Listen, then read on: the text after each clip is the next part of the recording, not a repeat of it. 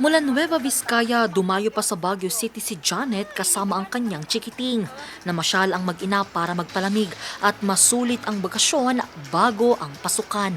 Pero hindi sa Burnham Park sila namasyal, kundi sa bagong bukas na Sunshine Park. Pumuskal po kami dito kasi sa opening ng at gusto rin namin na makita yung kagandahan sa tagal namin na inaantay itong pag-opening ito at first time namin pumunta dito. Hindi rin pinalampas ni Maribeth ang pagkakataong ito para makapasyal sa parke. Dito namin kinagala yung mga aso namin. So talagang dito talaga every weekend after office na dito kami lahat. Ilan lamang sila sa mga nakasaksi sa muling pagbubukas ng Sunshine Park sa publiko ngayong araw, May 21. Mayo noong nakarang taon nang umpisahan ang rehabilitasyon ng parke na nagkakahalaga ng 20 milyong piso. We realized that Sunshine Park was never just a park.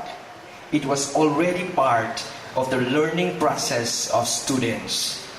And from that realization came the vision, Sunshine Park, education beyond walls. Marami kaming remove and replace dito sa lugar na ito. Marami kaming tinanggal. Every time na bibisita kami, may napapansin kami. But then, they came up with a beautiful project.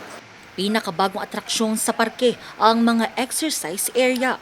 Alok dito ang ilang exercise equipment gaya ng air walker, exercise bike at abs roller na sakto sa mga nais magpapawis at magpapayat. Dagdag din sa atraksyon ang mga inilagay na estatwa na gawa sa mga recyclable materials. It's one of the reasons why we pinapaganda ang ating mga park, lalo na po itong bagong Sunshine Park, is to attract more tourists para makatulong sa ating mga local businesses. Main purpose of this park is for our students, for our locals to celebrate culture. Nanawagan din siya sa publiko na makipagtulungan para sa kaayusan at kalinisan sa parke at para hindi maging target muli ito ng vandalismo. But what I've seen is talagang pinailaw nila yung lugar para po, again, pag mas mailaw yung lugar, nakaka-mitigate yan ng ating mga possible crimes.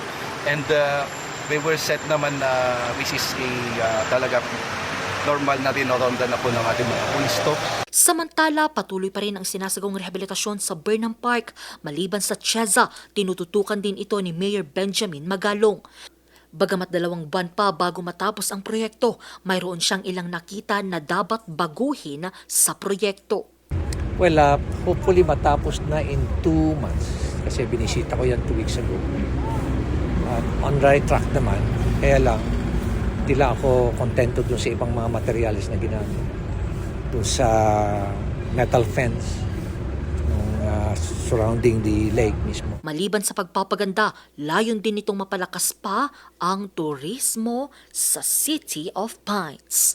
Angel Arquero, RNG News.